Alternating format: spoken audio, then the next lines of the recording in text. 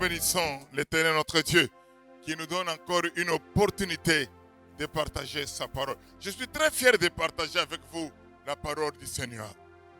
Et ce dont nous allons parler aujourd'hui est d'une importance capitale en ce moment. Bien-aimés dans le Seigneur, bonjour. Que la paix du Seigneur Jésus soit avec vous. Je voudrais aller avec vous dans 1 Corinthiens 14, les versets 1, 2, 3 même, peut-être 4 aussi. Je voudrais les lire ensemble avec vous. Recherchez l'amour, aspirez aux dons spirituels, mais surtout à la prophétie.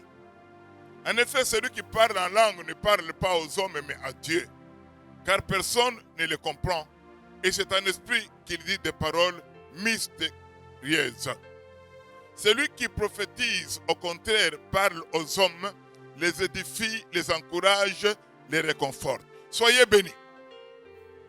Aspirez aux dons les meilleurs. Nous avons remarqué, et pendant un temps, et ça fait des années, beaucoup de personnes pensent que le seul don meilleur qu'il y a, c'est celui des prophéties. Oui, la Bible a dit, aspirez aux dons les meilleurs, surtout à celui des prophéties. Gloire soit rendue au Seigneur.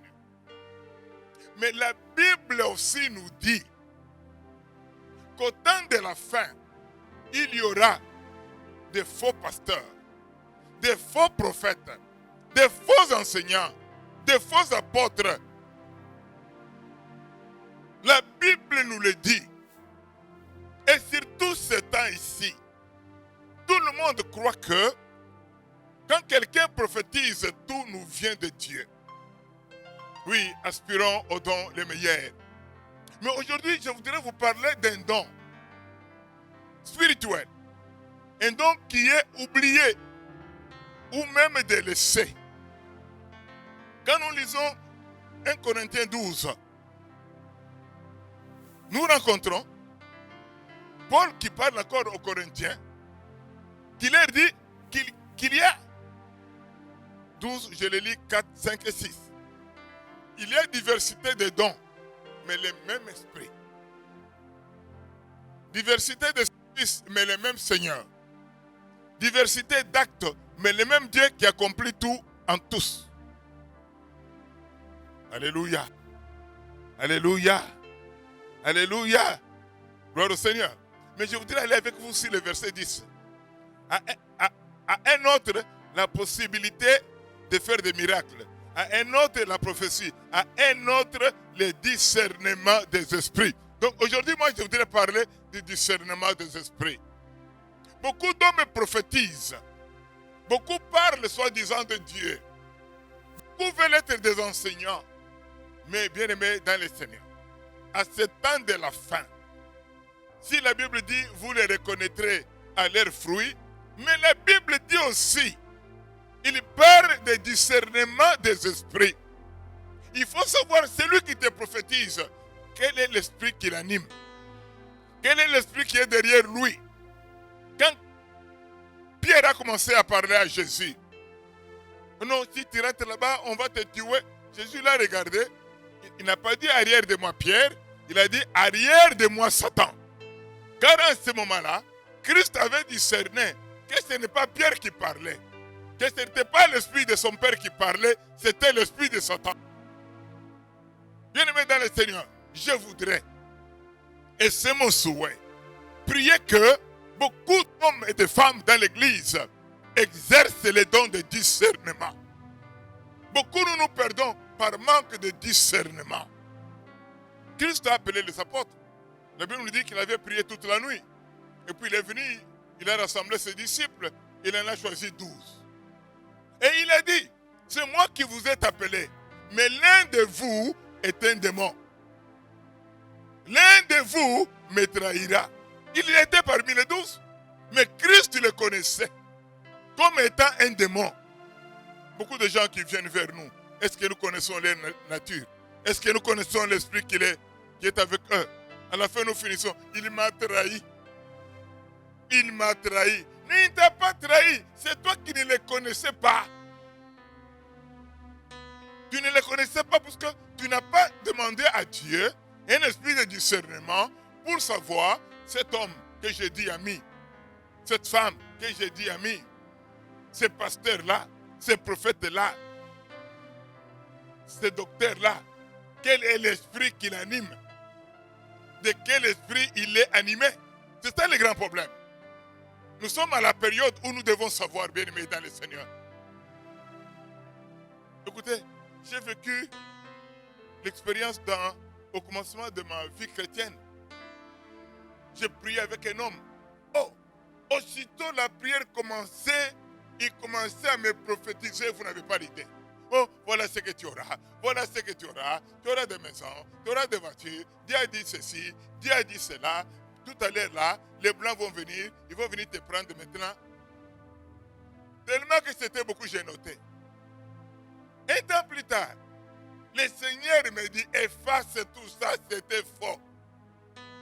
Il me prophétisait pour que je lui donne la bouffe, il me prophétisait pour que je lui donne de mon argent, pour que je lui donne des biens. C'était sa base de la prophétie. Mais Dieu me dit qu'il n'est pas de lui. Va même rêver. Si tu ne veux pas avoir des visions. Parce que la Bible dit, je répandrai mon esprit sur toute chair. Vos fils et vos filles prophétiseront. Même les vieillards auront des rêves. Va même rêver. Cherche à savoir. Cette personne qui vit avec toi. Cette personne qui est avec toi. Cette personne qui te parle de Dieu. Qui il est. C'est très important. Moi, je me rappelle un jour où le prophète Samuel pleurait sur Saïl. Il était inquiet. Dieu dit à Samuel, pourquoi tu t'inquiètes? Pourquoi tu es triste? Je l'ai rejeté. Je l'ai rejeté. Il était loin, mais là, il était un rejeté. Bien aimé dans le Seigneur. C'est là que j'aime pas insister et vous dire qu'il y a 3 catégories d'onction. Ou d'hommes ouins. Il y a les ex-ouins, les ouins et les non-ouins. Parmi les ex-ouins, nous avons un type comme le roi Saïl. Parmi les ouins, nous avons un type comme le roi David. Parmi les non-ouins, nous avons déjà comme Géasi. Jusqu'aujourd'hui aussi, il y a des gens qui ont travaillé avec Dieu, qui après Dieu a rejeté, comme le roi Saïl. Et aujourd'hui encore des gens qui travaillent sous l'onction de Dieu. Gloire au Seigneur. Il y a encore les gens aujourd'hui qui ne sont pas ouins et qui prétendent travailler pour Dieu. Et c'est ce que la Bible dit. Ils travaillent pour leur ventre. Ils travaillent pour leur bouche. Ils travaillent pour eux-mêmes. C'est pourquoi, bien-aimés dans le Seigneur, je vous appelle au don de discernement.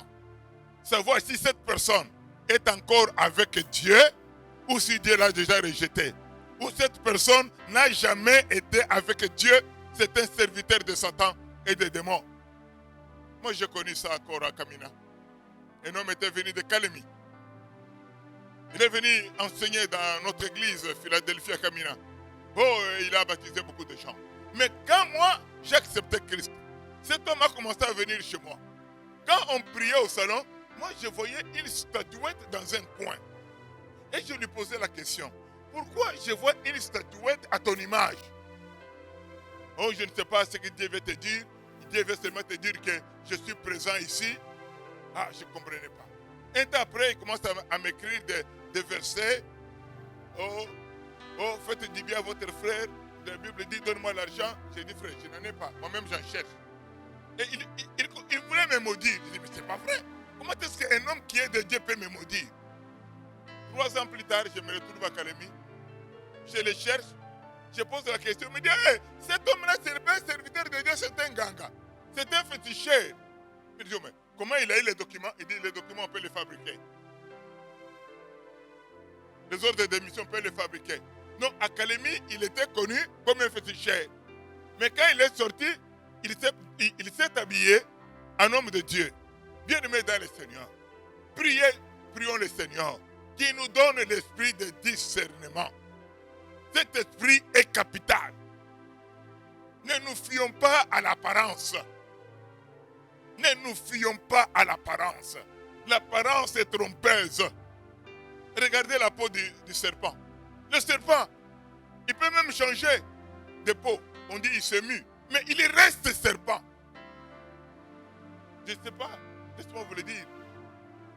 Je demande aux mamans de me pardonner. Mais beaucoup de mamans aiment les habits à la peau du serpent. Beaucoup de mamans aiment des habits à la peau de léopard ou de tigre ou de lion. Beaucoup de mamans aiment les habits à la peau du crocodile. Pourquoi? Pourquoi? Ça, je me pose aussi la question. Pourquoi? Pourquoi? Pourquoi c'est leur couleur préférée? Je rentre et je vous dis, pour aujourd'hui, pour que tu ne dises pas, on m'a trahi, pour que tu ne dises pas, celui-là m'a déçu, cherche, que Dieu te montre avec qui tu dois t'assembler. La Bible dit, qui se ressemble, s'assemble. La lumière et les ténèbres ne peuvent pas cohabiter. J'ai remarqué quelque chose. C'est vrai que dans les églises, il y a des gens qui donnent. Il y a des gens que Dieu pousse à soutenir les ministères. Que les gens poussent à soutenir les hommes de Dieu, à soutenir les communautés. Il y en a. Mais j'ai remarqué une chose. Ceux qui se disent qu'ils sont réellement chrétiens, puisque quand on dit chrétien, c'est quelqu'un qui ressemble à Jésus, quelqu'un qui est né de nouveau. Alors je ne peux pas dire qu'il y a des faux chrétiens. Non, non. Il n'y a pas de faux chrétiens. Il y a des personnes qui se font passer pour des chrétiens. Mais quand on se dit chrétien, c'est qu'on est bon, puisqu'on est né de nouveau. Il y a des personnes qui se font passer. Alors, parmi les personnes qui se font passer pour des chrétiens, quand ils arrivent à l'église, ces gens-là sont des grands donateurs. Ils veulent encadrer les pasteurs. Mais des fois, je regarde, parmi ceux qui veulent encadrer les pasteurs, des fois, vous regardez, il y a 2 ou 3 qui sont des chrétiens. Les autres, ce sont des pièges. Et des grands pièges. Puisque moi, je ne peux pas comprendre qu'une personne dans l'église